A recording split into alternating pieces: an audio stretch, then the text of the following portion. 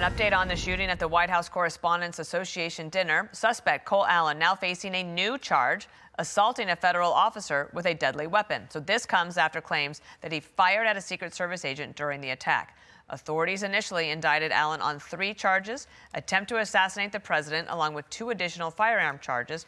He is expected back in court on Monday. We'll watch that. New details also on the suspect in a Secret Service-involved shooting in Washington happened on Monday on the Mall.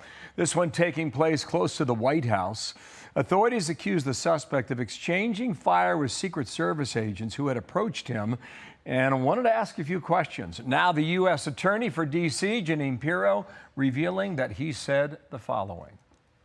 One of the things that he said on the way to the hospital was F the White House and kill me, kill me, kill me 3 times. But he was very clear, F the White House. All right, Noah Rothman here to react, senior writer, National Review. Good to see you again. Welcome back here. I want you to react to what's happening, what Jeanine Pirro had to say there, but also J.D. Pritzker, who could be a Democratic presidential candidate come 2028, said President Trump thinks violence is okay. All right, think about what, all right? Let's play this and I'll get you to react. Our leaders set the tone in this country, and I think that the President of the United States has set a tone where political violence is okay. He's advocated it himself before. It's a terrible thing. He's experienced. The target of it too, obviously. That's what I'm saying. He's experienced the other side of that. We gotta stand up against this. We need to be speaking out against political violence. He said political violence is okay, suggesting that Trump's all right with that. I recall Butler. I recall the White House Correspondents Association. I recall at least 2 events in Palm Beach, Florida. What's Pritzker talking about? The president's had a long political career, and he has engaged in intemperate rhetoric. I've been critical of it, and I continue to be critical of it. But what Mr. Pritzker said there is essentially the other side of that is what you've summoned on yourself. And he's blaming the victim there. Just look at the White House Correspondents' Dinner shooter.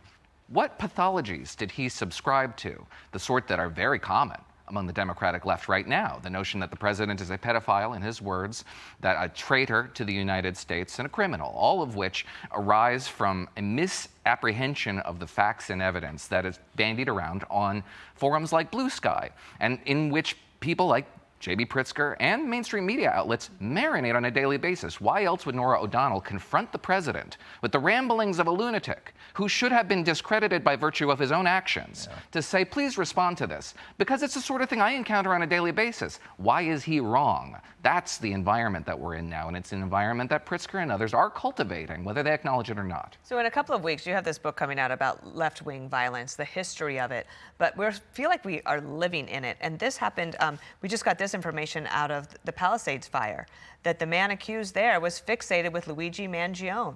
And he had, for example, the search history was free Luigi Mangione. Let's take down all the billionaires. Reddit, let's kill all the billionaires. And there's also, if you could do call for number 4, examples of major political violence since the alleged Mangione alleged murder. What type of, based on your understanding of the history, where are we now, and how do you respond to people who say, well, it's happening on both sides? Well, it does happen on both sides, but it happens in waves. And the wave we're experiencing right now is significantly more pronounced on the left. The threat environment that we're in right now is more pronounced on the left. And you can see it in evidenced by the fact that the president's subordinates, his cabinet officials, are living under lock and guard, military housing facilities, because of the nature of this environment. We connect this back to the Washington, D.C. shooting, for example. We don't know nearly enough about that guy. What was it, an ideological motive? Was he attempting suicide by cop? Who knows?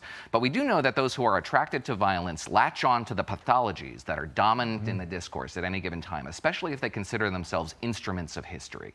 They're always going to have some disordered thinking associated with their violent actions, as we've seen from the people we were talking about previously.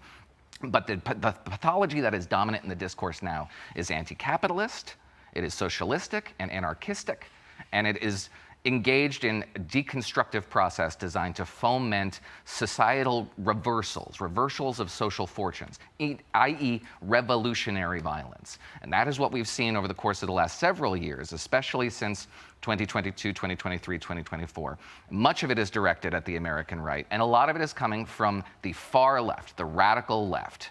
And it is violent in nature. It's the sort of thing that we've seen previously in previous cycles in this history, 1910, 1920, 1970. Case with Luigi Mangione, the alleged arsonist in LA, apparently was referring to him, the White House Correspondents Association shooting that you mentioned, and also the NFL headquarters that we often forget here in New York City. That's right. When that man went into a long gun in the headquarters on Park Avenue. And he was mentally deranged, so we could be sure of that. We know from he was trying to exert revenge against the NFL for giving him concussions as a child. But what was the reaction to that shooting from the left? And the Free Press and others have documented this. It's not necessarily mainstream characters, but a growing chorus that's bubbling up from beneath.